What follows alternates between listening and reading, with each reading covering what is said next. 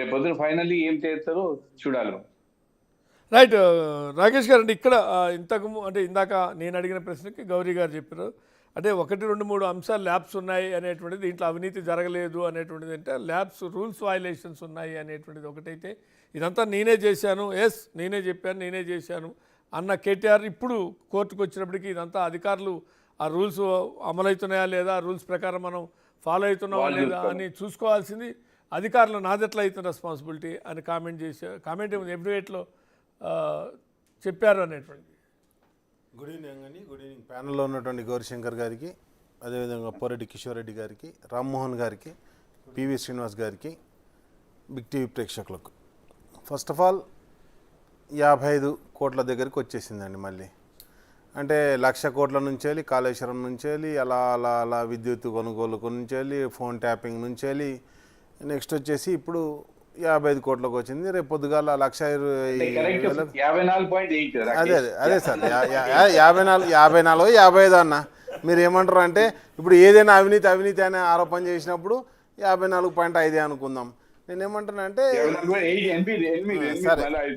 సరే, మీరు ఇంకో 8 కలపరని ఎవరొద్దన్నారు. కానీ నేనేమంటున్నానంటే రోజో కేసు పెట్టాలి. సంవత్సరం కాలంలో ఏం కేసులు పెట్టారంటే ఒక 4 ఎంక్వైరీ కమిషన్లు వేసారు, 4-5 రేవు పాటానికి కేసు పెట్టడానికి ట్రై చేసారు, ఇంకోటి ఈ కార్ ఫార్ములా అంటారు, రేపు పొద్దుగాల గొర్రెలు అంటారు. ఇక ఇదే పని. మనం ఏంటంటే 20 లక్షల మంది రైతులకు 2 లక్షల రుణమాఫీ ఎందుకు కాలేదని వదిలిపెడతాం, 69 లక్షల మందికి రైతు బంధు ఎందుకు వేయలేదని వదిలిపెడతాం. ఇవన్నీ వదిలిపెట్టి మనం పోవాల్సింది దీని మీదనే అన్న. రెగ్యులర్గా మనం డిస్కషన్ పెట్టాల్సింది కూడా దాని మీద దేని మీద డిస్కషన్ జరగద్దంటే, లేదంటే పుష్పాన్ని తీసుకొచ్చి లోపడేద్దాం. కాబట్టి మనం నడుస్తున్నటువంటి రాజకీయం ఏమున్నది అంటే రాష్ట్రంలో కంప్లీట్గా ఒక దిక్కు డైవర్ట్ పాలిటిక్స్ నడుస్తున్నాయని చెప్పేసి ప్రజలకు అందరికీ స్పష్టంగా అర్థమవుతుంది. మనం మాట్లాడుకోవాల్సింది అభివృద్ధి గురించి, జరగాల్సిన చర్చ దాని గురించి. సరే, ఇప్పుడు దీని మీద ఈ కార్ రేసింగ్ మీద పెట్టుకున్నప్పుడు ఇది ఏంది అంటే ఈ ఇయరే డబ్బులు రిలీజ్ చేసింది అయితే కాదు. ఇది 4 ఇయర్స్ బ్యాక్, అంటే 4 ఇయర్స్కి అగ్రిమెంట్కు మన గవర్నమెంట్, రాష్ట్ర ప్రభుత్వం, అక్కడ అది మంత్రి కేటీఆర్ గారు ఉన్నారా, లేకపోతే ఈరోజు రేవంత్ రెడ్డి గారు ఉన్నారా, ఎవరున్నారా అని కాదు. ఈ ఫార్ములా రైస్ ప్రపంచం మొత్తం పోటీ పడుతుంటే మనం పోటీ పడి ఆ పోటీలోంచి తెచ్చుకున్నటువంటి ఈ ఫార్ములా రైస్ ఒకటి తీసుకొచ్చినాం. దాంతోపాటు ఇన్వెస్టర్ రావాలంటే కంపల్సరీ మన దిక్కు చూడాలని ఒక కాన్సెప్ట్ తోటి తీసుకురావడం జరిగింది. జనరల్గా ఏమవుతుందంటే ఏ ఈవెంట్ కానీ కండక్ట్ చేసేటప్పుడు, ప్రభుత్వం కండక్ట్ చేసినా లేకపోతే ప్రైవేట్ సెక్టర్లో కండక్ట్ చేసినా, ఎందుకంటే ఐటీ సెక్టర్లో పనిచేసినటువంటి పోరెడ్డి గారు ఉన్నారు, లేకపోతే మీరు రిపోర్టర్గా జర్నలిస్ట్గా ఉన్నారు, రోజు పేపర్ రావాలంటే యాడ్ ఎత్తేనే పేపర్ ఎత్తే అని ఎవరు అన్నారు కదన్న. కాబట్టి ఏంటంటే కంపల్సరీ స్పాన్సర్స్ని తీసుకొచ్చుకోవాల్సిందే, ఆ ఈవెంట్ రన్ చేసుకోవాల్సిందే. స్పాన్సర్స్ వచ్చిన తర్వాతనే కంపల్సరీ ఏ ఈవెంట్ కూడా స్పాన్సర్ లేకుండా ఏ ఈవెంట్ కూడా జరగదు. అది మీ అందరికీ తెలిసినా కానీ ఇక్కడ ఏంటంటే కేటీఆర్ గారిని ఒకసారి జైలుకు పంపించాలి, అది కాన్సెప్ట్ నడుస్తుంది. కాబట్టి దాని కాన్సెప్ట్లో భాగంగానే ఇది పెట్టారు. మరి వాళ్ళు ఏదైతే కేసు ఫైల్ చేశారో, ఏ సెక్షన్స్ అయితే పెట్టారో, ఇప్పుడు కోర్టుకు పోయిన దేనికి సెక్షన్స్ ఏవైతే పెట్టారో ఆ సెక్షన్స్ దీనికి అప్లికబుల్ కాదు అని చెప్పేసి కోర్టుకు పోవడం జరిగింది, హైకోర్టుకు. కాబట్టి నేను ఏమంటున్నా అంటే అది ఏసీబీ ఎంక్వైరీ చేసినా, ఈడీ ఎంక్వైరీ చేసినా, ఏది ఎంక్వైరీ చేసినా వాళ్ళు పెట్టినటువంటి సెక్షన్స్ ఏవైతేనా అవి కరెక్ట్ కాదు, సమంజసం కాదు. దాని మీద కేసు పెట్టి మీరు ఎంక్వైరీ చేసుకుంటా అంటే ఎవరు వద్దనట్లేదు, దాన్ని అన్నింటి కూడా వెల్కమ్ చేయదు. తప్పకుండా కేటీఆర్ గారు ఏదైతే మా రామన్న చెప్పినట్టుగా తప్పకుండా ఆ రోజు ఈ ఫార్ములా రేస్ మన దగ్గర నుంచి పోవద్దు అని చెప్పేసి దాన్ని కొనసాగింపు చేయాలి అని చెప్పేసి మనం దాన్ని తీసుకోవడం జరిగింది. అంతేందుకు ఆ రోజు గౌరవ మంత్రి గారు, కేంద్ర మంత్రిగా ఉన్నటువంటి ఇప్పుడు కిషన్ రెడ్డి గారు ఆ రోజు కూడా మంత్రిగా ఉండే, మేము కూడా సహాయ సహకారాలు అందించినాం, మా ఫార్ములా రేస్ మన ఇండియాకి రావడానికి, హైదరాబాద్లో పెట్టడానికి మా వంతు కృషి కూడా చేసినామని ప్రకటించారు. కాబట్టి ఆయన మీద కూడా కేసు పెడతామని, లేకపోతే వాళ్ళు ఈవెంట్ అటెండర్ కాబట్టి వాళ్ళ మీద కేసులు పెడతామని, టికెట్లు కొన్న వాళ్ళ మీద కూడా కేసులు పెడతామని పెట్టొచ్చు రేపు పొద్దుగాల. మేము ఏం చేయలేం, ఎందుకంటే మేము ప్రతిపక్షంలో ఉన్నాం, వాళ్ళు పాలక పక్షంలో ఉన్నారు.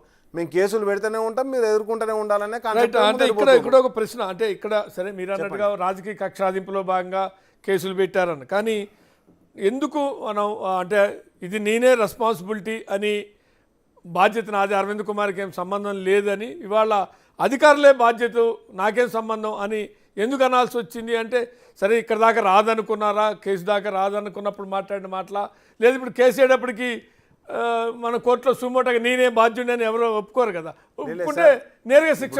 నేనేమంటానంటే కేసు పెట్టిన దాంట్లో సెక్షన్ నాట్ అప్లికబుల్ అని పెట్టారు.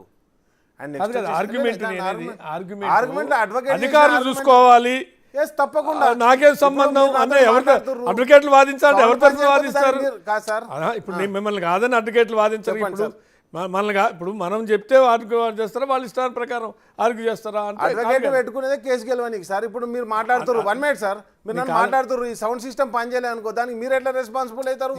కంపల్సరీ మరి అంత అడ్వాన్స్ గా అప్పుడు ఎందుకు ప్రకటించాల్సిన అరవింద్ కుమార్కి ఏం సంబంధం లేదని ఎందుకు ప్రకటించాల్సి మేము ఏమంటున్నామంటే ఈ ఫార్ములా రేస్ పట్టుకొచ్చింది నిజం, దానికి స్పాన్సర్ను కూడా పట్టుకొచ్చి రన్ చేసింది నిజం. నెక్స్ట్ ఇయర్ కూడా ప్రభుత్వం ఏది ఉన్నా కానీ ప్రభుత్వంగా అగ్రిమెంట్ అయింది, అది నడిపేయాల్సిన బాధ్యత ప్రభుత్వం మీద ఉండే. కానీ అక్కడ ఇప్పుడు కొత్తగా వచ్చిన ప్రభుత్వంలో మున్సిపల్ శాఖ మంత్రి విఫలమైండు. ఆ రేసు అందుకే బ్యాక్ పోయింది. దాని ఆల్రెడీ ఆర్బిటరీ సెంటర్లో దాని కేసు నడుస్తుంది. కేసు వేసి మళ్ళీ విత్డ్రా చేసుకున్నారు వాళ్ళు. ఆర్బిట్ సెంటర్లో వేసింది వాస్తవం, విత్డ్రా చేసుకుంది వాస్తవమే. అదే సార్, అవే కోర్టు ముందర వెళ్తే కదా. ఇప్పుడు జ్యుడిషియరీలో ఉందని చెప్పారు, వాళ్ళు కేసు ఎందుకు ఫైల్ చేసారు అది కూడా వస్తుంది కదా సందర్భం. కాబట్టి నేను ఏమంటానంటే మేము ఒక్కలమే బాధ్యులు చేసి అవతల దిక్కున్న వాళ్ళు ఎవ్వరు బాధ్యులు కాదు. ఇప్పుడు ఒకటే సార్, ఒక అవినీతి జరిగిందంటే అవినీతి ఎట్లా జరిగింది, కిక్ బ్యాక్స్ ఏమన్నా వచ్చినాయా, దానికి కొన్ని రూల్స్ ఉన్నాయా లేవా, రూల్స్ పాటించారా లేదా అన్నప్పుడు ఆ రూల్స్ ని వైలేషన్ నాకు సంబంధం లేదనా, లేకుంటే అది చూసుకోవాల్సిన బాధ్యత వాళ్ళని. కొన్ని రూల్స్ ఉంటాయి అనేటువంటి రూల్స్ అధికారులు ఏం పని, అధికారులు చేయాల్సిన పనే అది కదా సార్. రూల్స్ ఉన్నాయా లేవా అని చూసుకోవాలి. వాటన్నిటికీ అది కేటీఆర్ కాదు రెస్పాన్స్. సార్ మీకు సంగతి చెప్పన్నా, ఏది కానీ మంత్రి ఒక నిర్ణయం తీసుకున్నారు, వాళ్ళని గో ప్రొసీడ్ అన్నారు. లాస్ట్ టైం అయింది కదా, కొత్తది కాదు కదా ఇది. మంత్రివర్గ నిర్ణయం కాదు కదా, ఇట్లాంటివి మంత్రివర్గ నిర్ణయంతో కంటిన్యూ అవుతుంది ఇది. అంతే తప్పితే ఆయన ఇండివిజువల్ గా అంటే దానికి ఒక నిబంధనలు ఉన్నాయి. నేను ఏమంటానంటే సరే మళ్ళీ ఇంకో రౌండ్ అవుతుంది, దానికి నిబంధనలు ఉన్నాయి. దీనికి విదేశీ మారకంకి మారాలి అన్నప్పుడు దానికి కొంత సిస్టమ్ ఒకటి ఉంది. దానికి ఫైనాన్స్ అప్రూవల్ కాదు, ఒక డిపార్ట్మెంట్ చేయడానికి వీల్లేదు. హెచ్ఎండిఏనే నిర్ణయం తీసుకొని హెచ్ఎండిఏనే ట్రాన్స్ఫర్ చేయడానికి లేదు. బ్యాంకు వాళ్ళు కూడా ముందు రిఫ్యూజ్ చేశారు, ఇంత అమౌంట్ ఇది కాదు అనుకుంటే దాని బ్యాంకు మీద కూడా ఒత్తిడి తెచ్చారని ఇవన్నీ ఉన్నాయి సార్. దాంట్లో కోర్టులో తేలాల్సిన అంశాలు అది మీరు చెప్పింది ఒక అంశం చెప్తా సార్ శ్రీనివాస్ గారు. నేను ఏమంటున్నా అంటే అప్పుడు ఎలక్షన్ కమిషన్ రూల్ ఉందని చెప్తున్నా. ఎలక్షన్ కమిషన్ అంటే వచ్చేసింది, అప్పటికి ఎలక్షన్ కోడ్ వచ్చేసింది అన్న. అది దాని గురించి ఎంక్వైరీ చేయాల్సింది యాక్చువల్గా ఎలక్షన్ కమిషన్. దాన్ని కూడా ఏసీబీ కేసు కింద కాంగ్రెస్ పార్టీ డైవర్ట్ చేసేసింది. కాబట్టి నేను ఏమంటున్నా అంటే వాళ్ళు ఏదైనా డైవర్ట్ చేస్తున్నప్పుడు డైవర్ట్ అయిందా మంచిగా ఉందని ఎట్లా మాట్లాడుకుంటాం సార్. రైట్ పోరెడ్డి గారు, అంటే ఇక్కడ